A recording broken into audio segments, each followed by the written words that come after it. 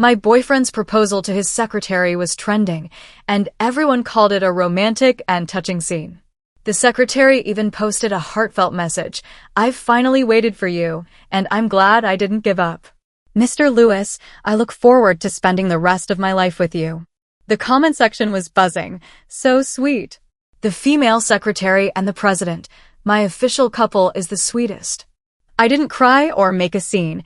I quietly closed the page and went to ask my boyfriend for an explanation. But I accidentally overheard his conversation with a friend. "I have no choice. If I don't marry her, her family will force her to marry someone she doesn't love." "What about Selena?" "She's your real girlfriend. Aren't you afraid of hurting her?" "So what if she's hurt?" "Selena has been with me for 7 years. She can't leave me." Later, I also wore a wedding dress on his wedding day. When our wedding car/limousine brushed past each other, I saw the look of utter devastation on his face from the opposite wedding car/limousine. Ding! Sunny Story reminds you, subscribe to the channel to watch more videos. "Mom, I agree to this arranged marriage," I said softly in the dim living room, my voice filled with loneliness and numbness. Mom was very surprised when she heard me agree to the wedding. "But you've always been unwilling. What made you suddenly change your mind?" "Selena, marriage is not a trivial matter. Whether it's arranged or not, Mom only wants you to be happy. You must think carefully and don't be impulsive." Listening to Mom's words, my throat tightened. "Mom, I've thought it through. Please start preparing for the wedding." Mom knew I was upset and comforted me after a moment of silence. "You and Lewis have been together for so long, but he has never been willing to make your relationship public, and he avoids meeting our parents. Your dad and I knew a long time ago that you wouldn't last." Her words were like a needle, piercing my heart. It turned out that everyone else could see it clearly except me. "We have already chosen a suitable person for you," Mom continued. "Your dad and I carefully selected him. His character and family background are top-notch. My Selena deserves the best." I took a deep breath. "Thank you, Mom and Dad. I trust your judgment." Mom asked again, "Then should we arrange for you to meet him soon?" "No need, just prepare for the wedding." I hung up the phone. I didn't know when Lewis appeared behind me. He was holding a small cake and asked confusedly, "What wedding? Who's getting married?" "Mine, it's my wedding," I said silently in my heart, but I didn't say it out loud. I shook my head calmly. "It's nothing. Just a friend." As soon as I finished speaking, I noticed that his expression visibly relaxed.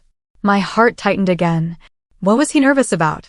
Was he afraid that I would force him to marry me, or was he afraid that I would find out that he was going to marry his beloved secretary, Diana? "I brought you a cake from your favorite store. Do you want to eat it now?" In the past, Lewis would always bring me food after work.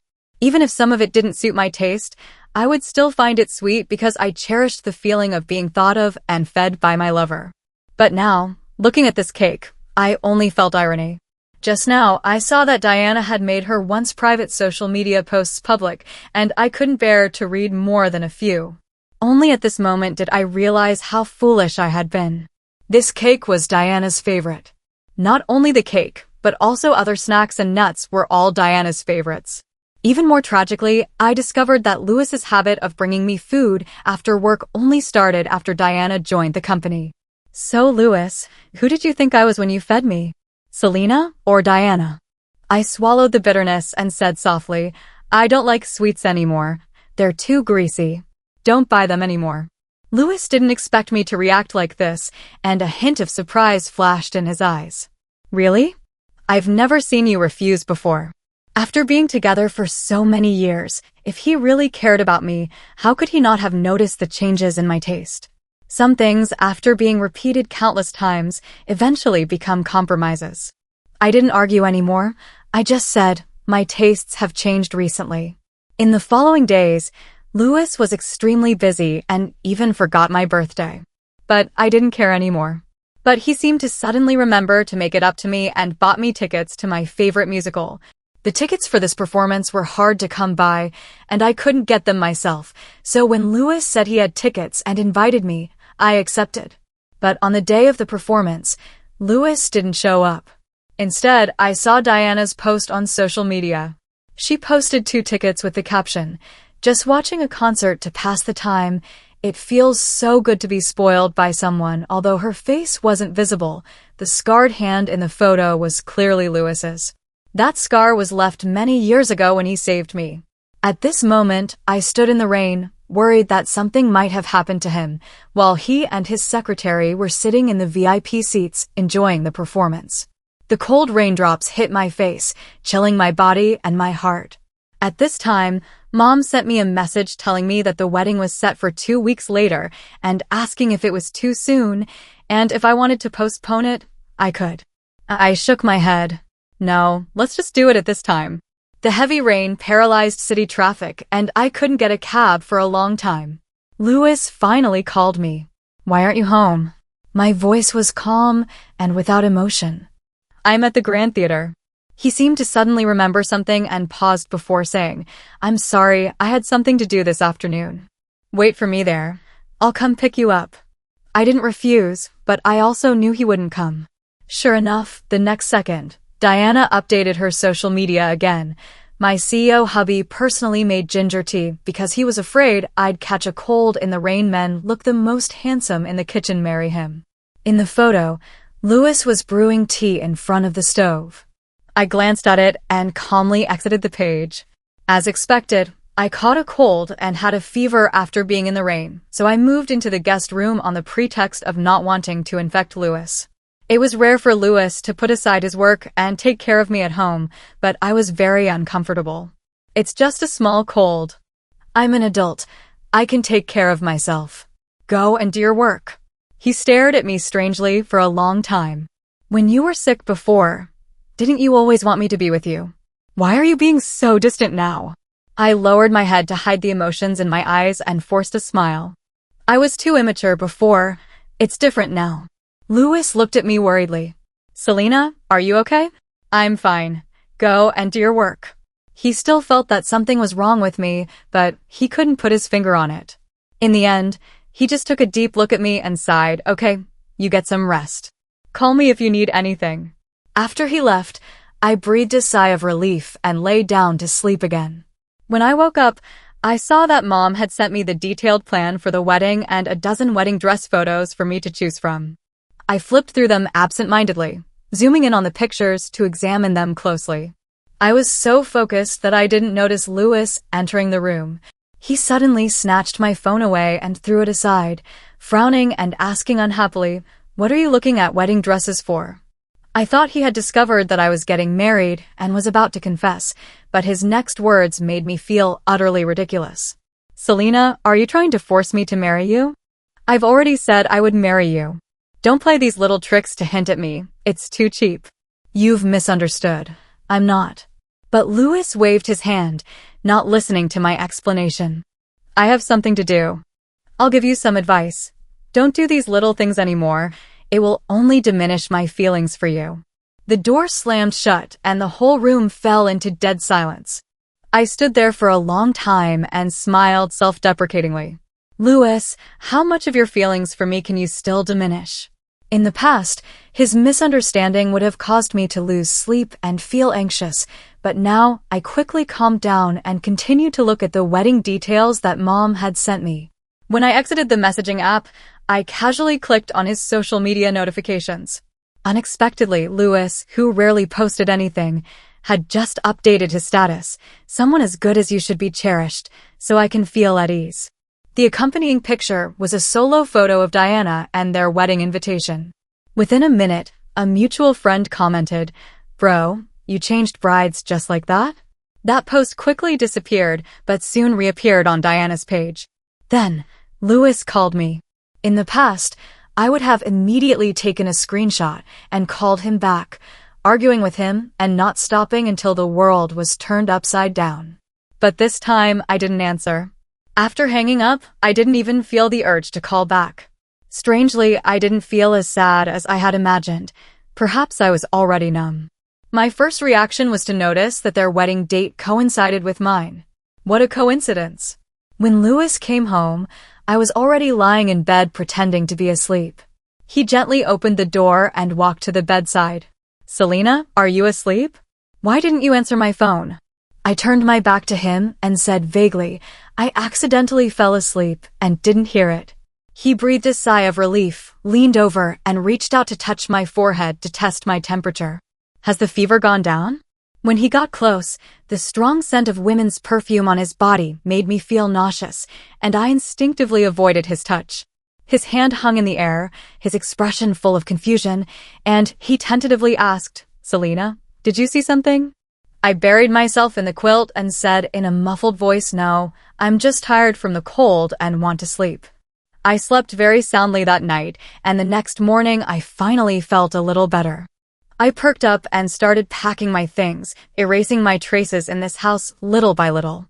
At this time, I noticed that those couple's trinkets that I had bought at the beginning, Louis had used them before, but he had thrown them in the corner to gather dust at some point. I packed all the unused ones and threw them in the trash. Then I found a photo album filled with pictures of our travels, postcards we collected together, train tickets from when we were in different places, and letters he wrote to me. This photo album used to be a treasure box of our many years of relationship, but since Diana appeared, not a single new photo had been added. When Louis came home, I was throwing the photo album into the fireplace. He rushed over like crazy, snatched the already charred photo album from the fire with his bare hands, ignoring the burns on his hands, and looked at me angrily. Are you crazy? Do you know how important this photo album is to us? Why did you burn it? Louis rarely raised his voice to me. This was the first time he was so angry. The concern in his eyes didn't seem fake, but the fact that he was hiding the fact that he was going to marry someone else was also true. I didn't want to argue with him and casually told a lie. The photo album was moldy and infested with bugs. I've already backed it up. I'll make a new one later. Hearing this, he calmed down and started applying burn cream to his hand while staring at me and saying, Selena, you've been acting strange lately. Is it because you're under too much stress at work? I've booked a personalized vacation for you to relax. My hand applying the ointment paused, and I looked up at him. Am I going alone? Aren't you going with me? Louis sighed, his tone full of regret. I'm too busy with work to get away. I'll go with you next time, okay? But Louis, there won't be a next time for us. I lowered my head and continued to apply the medicine. Work might not let me take time off. Don't worry, I'll help you arrange everything. He replied. I don't want to go. I insisted. His tone left no room for discussion. Come on, I've already booked it and it's non-refundable. I didn't say anything more, but my heart grew colder and colder.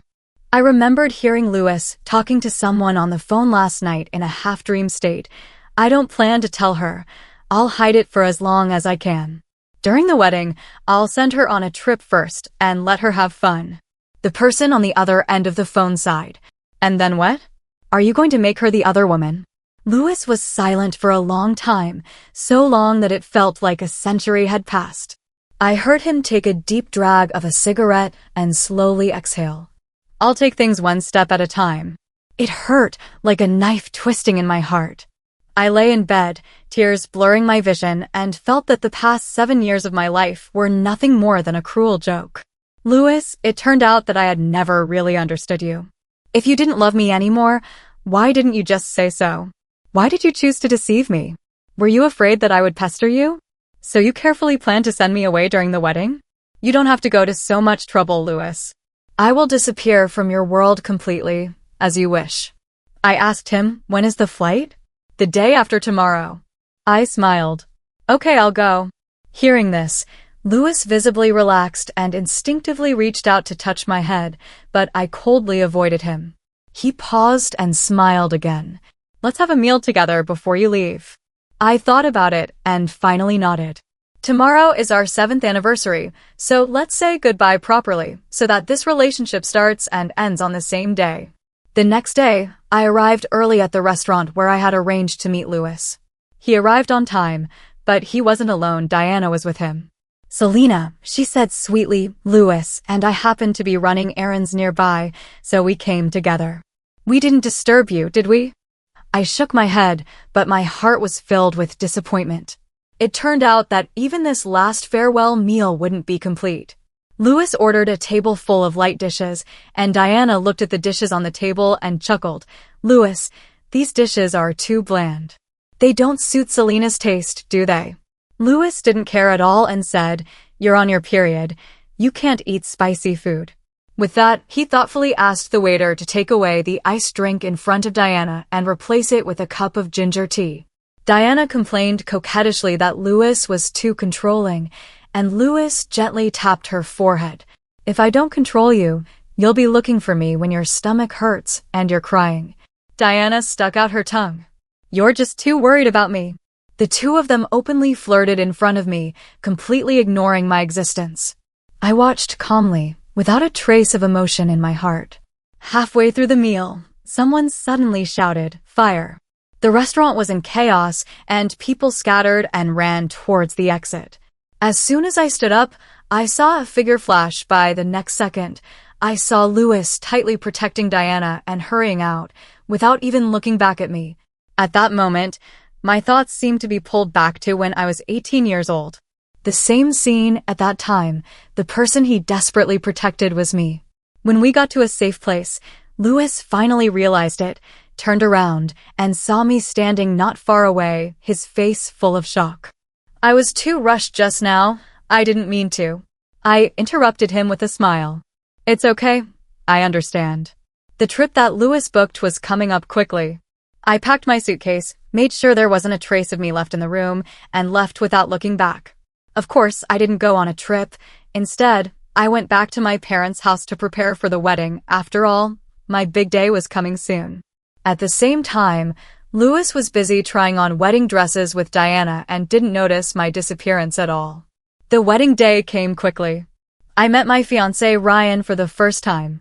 I have to say, my parents had good taste. He was even more outstanding than in the photos, handsome, tall, and impeccable. The wedding procession was magnificent. I got into the wedding car/limousine, and the convoy set off in a grand manner. On the way, our car brushed past a wedding car/limousine coming from the opposite direction. The two cars stopped as if they had agreed, allowing the two brides to exchange bouquets. The car window slowly lowered, and the person in the opposite car was Louis. Our eyes met, and his eyes were filled with disbelief and shock, his voice trembling, unable to hide his surprise. "Selena, how could it be you?" Louis couldn't believe his eyes, his heart pounding, and he muttered to himself, "It must be an illusion. Selena should be on a trip. How could she be here? It must be a hallucination that appeared, because I miss her too much." Diana was also stunned, staring blankly at me, unable to speak. Compared to their shock, I was much calmer, with no extra emotions on my face. I handed the bouquet to Diana, and she seemed to suddenly wake up from a dream, hesitated for a moment, took it, and handed her bouquet to me. I smiled and said to her, "I wish you happiness." The car window went up, and the two wedding convoys started again, heading in completely opposite directions, just like the relationship between Louis and me, destined to go in opposite directions. As the car drove away, I seemed to hear a heart-wrenching shout and instinctively turned to look, but Ryan, who was beside me, reached out and gently covered my eyes. There was a hint of imperceptible fragility in his voice. "Selena, since you've promised, you can't turn back." Was it my imagination? Why did he sound like he was hurt? But Ryan and I were meeting for the first time today. There shouldn't be any emotional entanglements between us. It must be an illusion caused by my restlessness. I moved his hand away and solemnly assured him, "Don't worry, I'll do what I say. Since I've agreed to this marriage, I will abide by the agreement and won't go back on my word." Besides, Louis isn't worth any wavering on my part. On the other side, Louis was getting more and more anxious. Ignoring Diana's comfort, he immediately called the airline to check my itinerary, but learned that I hadn't boarded the plane at all. His brain went blank in an instant, and he called the travel agency with trembling hands. Did the guide pick up Selena? After receiving a negative answer, he completely broke down. The bride in the car just now must have been Selena. She lied to me. She didn't go on a trip at all. Louis completely lost control, rolled down the car window, and shouted at my car. But all that responded to him was the exhaust fumes of the car driving away. Diana tried to comfort him. "Louis, You must have mistaken someone. That woman just looks a lot like Selena. But Louis didn't listen at all, firmly believing that it was me, and roared at the driver, "Turn around immediately and catch up with that wedding car/limousine." The driver had obviously never seen such a situation before and hesitated without moving. Seeing this, Diana also shouted at the driver, "Don't turn around. Keep going." She threw her whole body at Louis, trying to calm him down. "Louis, it doesn't matter whether that person is Selena or not. It has nothing to do with us. Today is our wedding. Don't let outsiders ruin our good day. Can we talk about it after we get married?" But Louis pushed her away, his eyes bloodshot, and his expression gloomy and terrifying. "Get out of the way!" He roared at the driver again. The driver was frightened by Louis's aura and didn't dare to hesitate any longer, quickly turned around and accelerated. Diana completely panicked and screamed, "Louis, today is our wedding and the guests are waiting for us. What are you doing? Please go back. So many people are waiting. If you continue like this, what will both sets of parents say?" But Louis turned a deaf ear, completely losing his mind. "Then let's not get married." Diana didn't expect him to say such a thing and panicked. "No, Louis, you can't do this. You promised to take responsibility for me. If I don't marry you, I'll die. Louis, you can't treat me like this." Diana cried her heart out, but her pleas were nothing but annoyance and disdain in Louis's eyes. "I should take responsibility for you? Then who will take responsibility for me? My girlfriend is going to marry someone else, but I can't do anything about it. I just want to find her."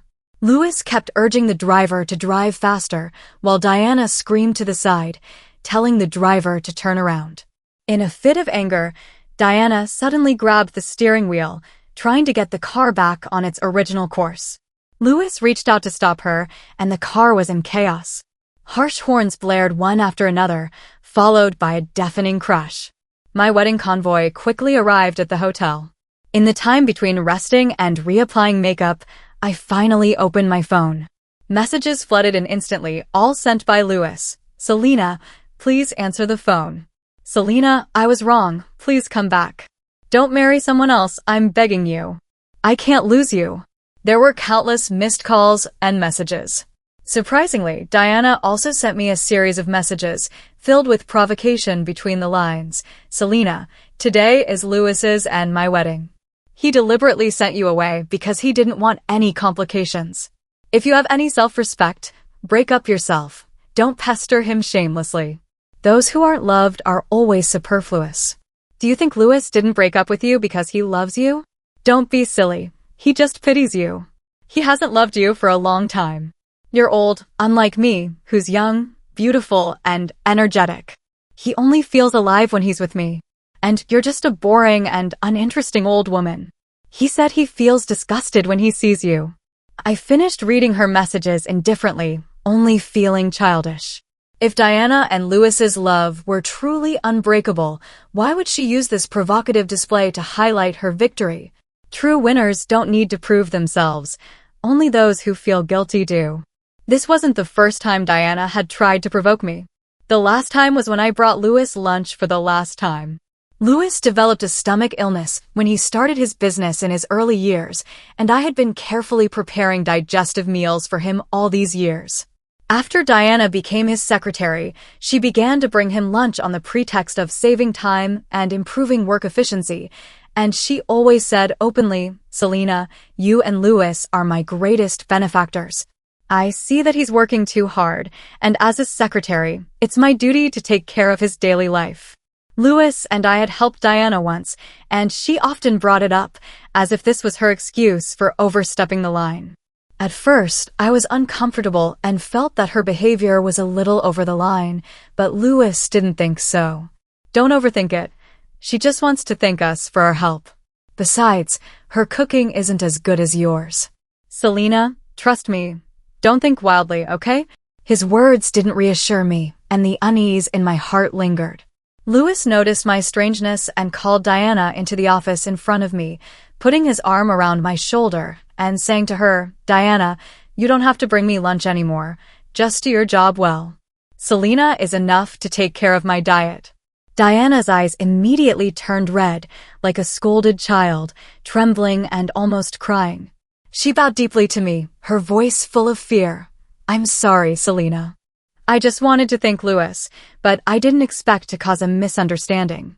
Please don't be angry with Louis.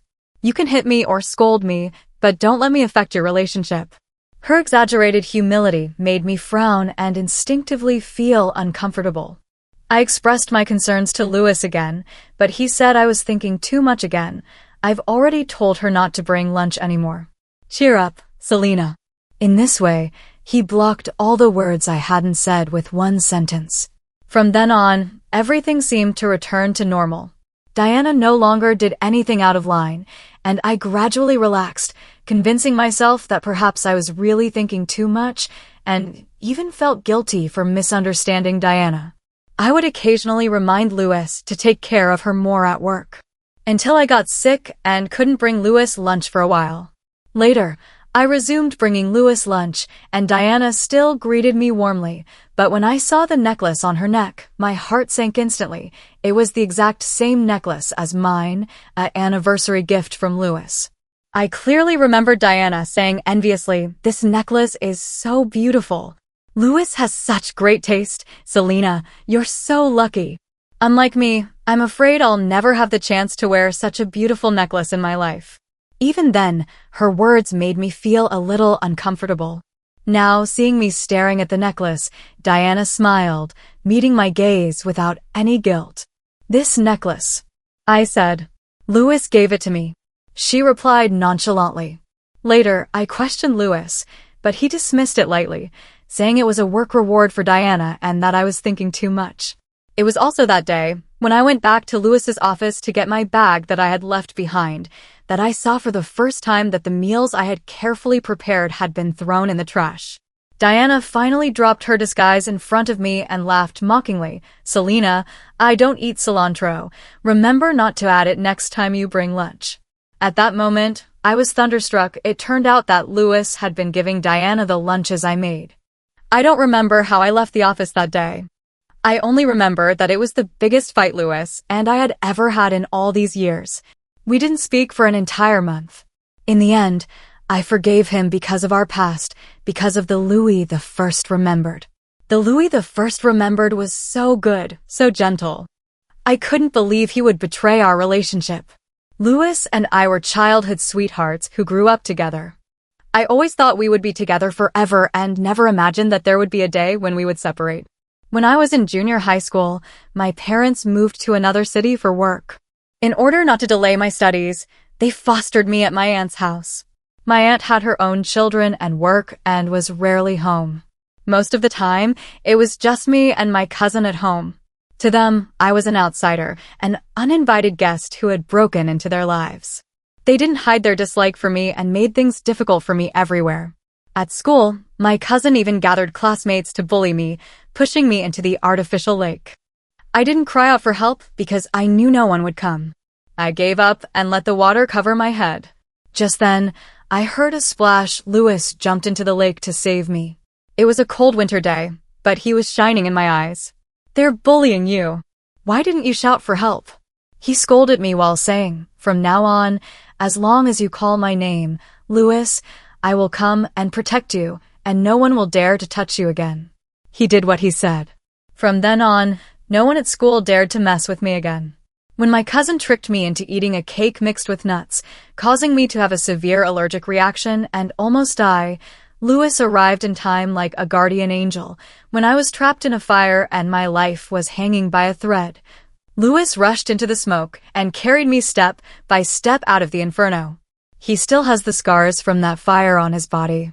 At that time, I cried and complained about myself, feeling full of guilt, but Louis gently wiped away my tears and smiled, saying it was okay, it's just a scar. It doesn't affect my handsomeness. The more understated he was, the more I cried. "Does it hurt?" I asked. He tried to comfort me, at a loss. "It doesn't hurt, not at all. Don't cry, okay? When you cry, he pointed to his heart, it hurts here. Once, he could rush into an inferno to save me without hesitation, but now, he abandoned me to save someone else without hesitation. Later, Louis, who had once been a golden boy, suffered a family tragedy. His family was ruined overnight, he was heavily in debt, and he fell from the clouds into the mud. I stood on tiptoe and kissed away his tears, whispering, "You still have me. I'll always be with you." I made the unwavering decision to attend the same university as him, moving to the same city he lived in. We married soon after graduation. Back then, Louis loved me deeply and took meticulous care of me. We were poor, but happy. We lived in a small, windowless apartment, scrimping and saving to pay off our debts as quickly as possible. Our only form of entertainment was walking hand in hand because it didn't cost anything. Even so, as long as I was with him, I felt happy. Even if we were just sitting quietly doing nothing, I felt content. Once he was drunk, and clutching my hand, he pulled out a delicate necklace from his pocket and carefully put it on me. "Wear this for now, I'll buy you a better one when I have money."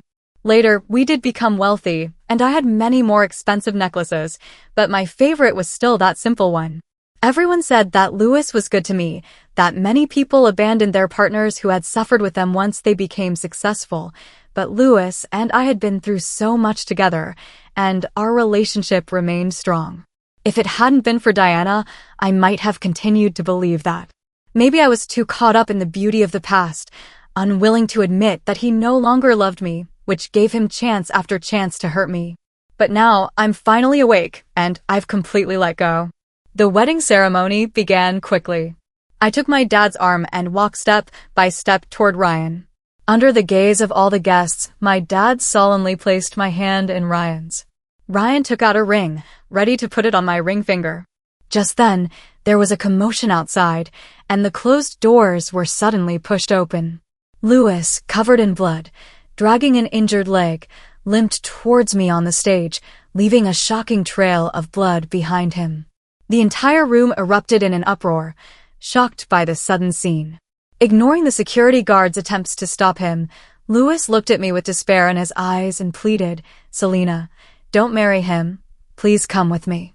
This was mine and Ryan's wedding, attended by prominent figures, and I didn't want to become the talk of the city because of this, nor did I want to let down my parents, who had been preparing the wedding with such anticipation. I signaled to Ryan to have the security guards take Louis out. This little episode didn't affect the wedding ceremony, and everything was completed smoothly. After seeing the guests off, I turned to Ryan. "Can you give me some time to deal with what just happened? I want to end things with him."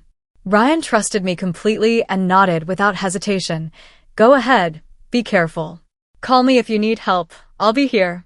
For some reason, his calm demeanor made me feel incredibly at ease. Louis was taken by the security guards to a separate room to be watched. When I arrived, a security guard hurried to greet me. "Can you talk to him? He was in a car accident and lost a lot of blood. We've been trying to persuade him to go to the hospital, but he refuses to leave.